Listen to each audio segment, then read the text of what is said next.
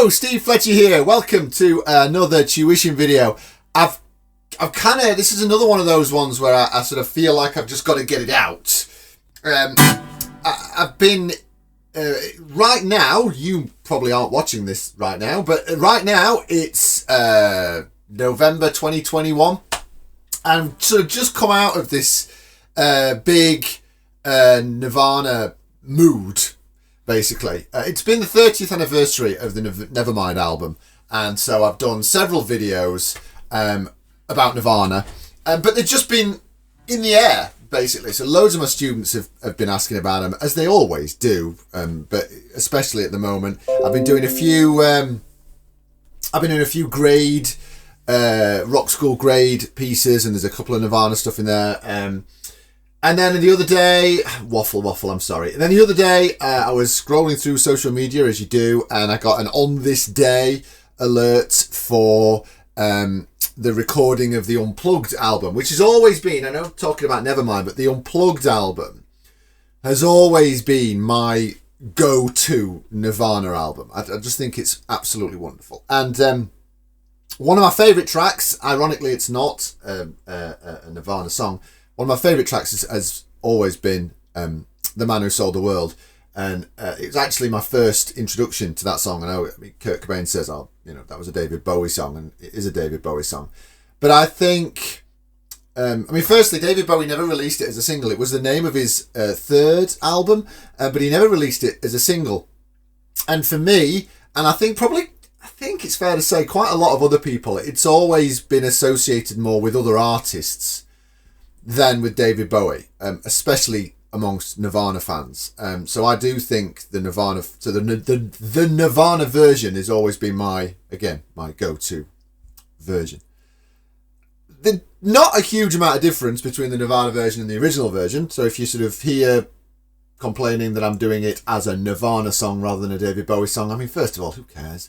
Second of all, they're pretty similar. I think the only difference in the riff is Kurt Cobain hammers it on, and I think the original was bent. There's a few little melody line differences as well in the vocal, but so I'm doing it as the Nirvana version. So here is the full track for you to enjoy.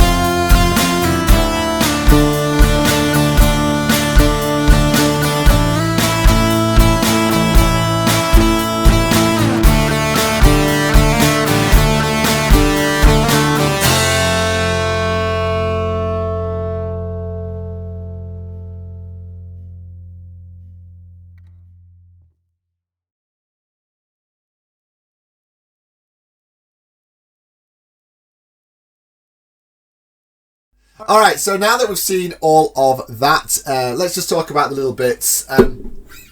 It's a great... I put this into my teaching as a great little example of hammer-ons, pull-offs, and slides. In particular, obviously the riff has got that lovely little hammer-on and pull-off. It's a great little exercise for the beginner hammer-oner and puller-offer, to get those fingers worked out, to get those fingers nice and strong. You know, it's important to have strong fingers when you're doing this stuff. So yeah, that main riff, I mean, I'm not putting the distortion on the guitar, but we just get that fret 2, open string, hammer on and pull off fret 2 to 3. So you're you're playing fret 2, hammering on fret 3, and then pulling it off to reveal fret 2 behind it. You only play it once, like that.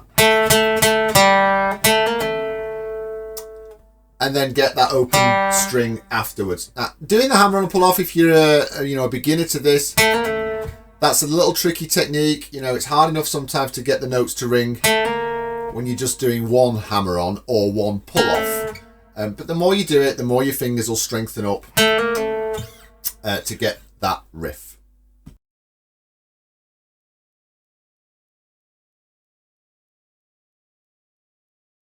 Chord-wise in the verse, it's fairly straightforward.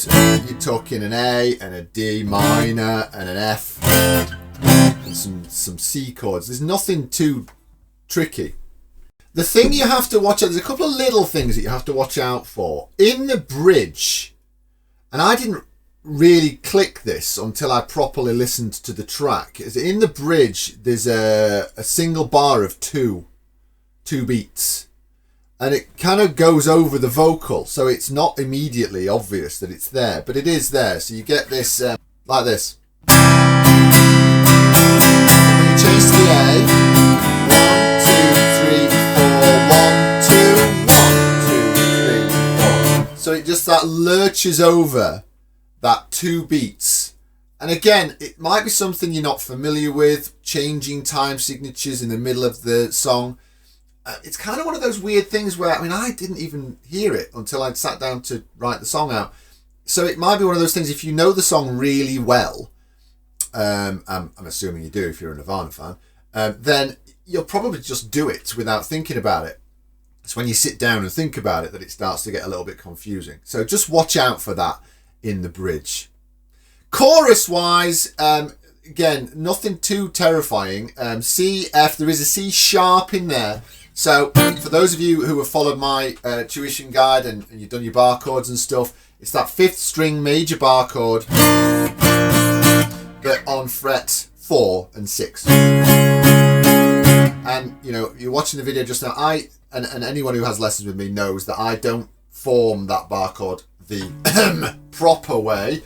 I do it with the sort of little bar of my 4th finger, but there it is. It's worth mentioning, of course, Kurt Cobain never played a full chord in his entire life. He's like Mr. Power Chord. So he's just doing power chords everywhere. And if you want to get that power chord feel, then be my guest. But I'm like, must do it properly. So yeah, I stick the full chords in there.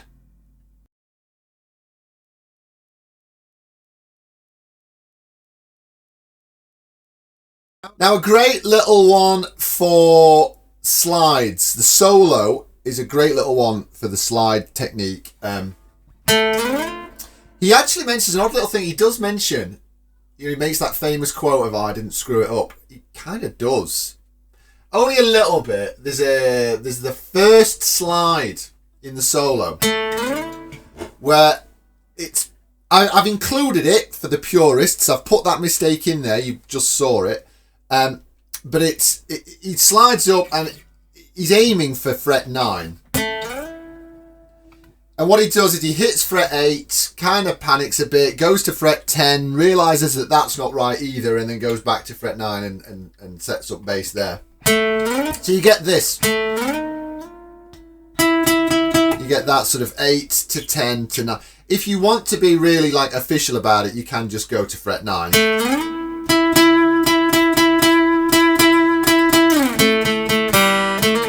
It's like that. Sliding about. Slides down to the 10. Slides down to 7. Back up to 9. There's a lot of sliding about going there. And again, you need your strong fingers. You might find if you're a beginner to this sliding technique, you know, it starts to make your fingertips a little bit sore. There's not a great deal I can do about that other than just tell you to just sort of, you know, grin and bear it, really. Your calluses will develop more to help you deal with that sliding technique.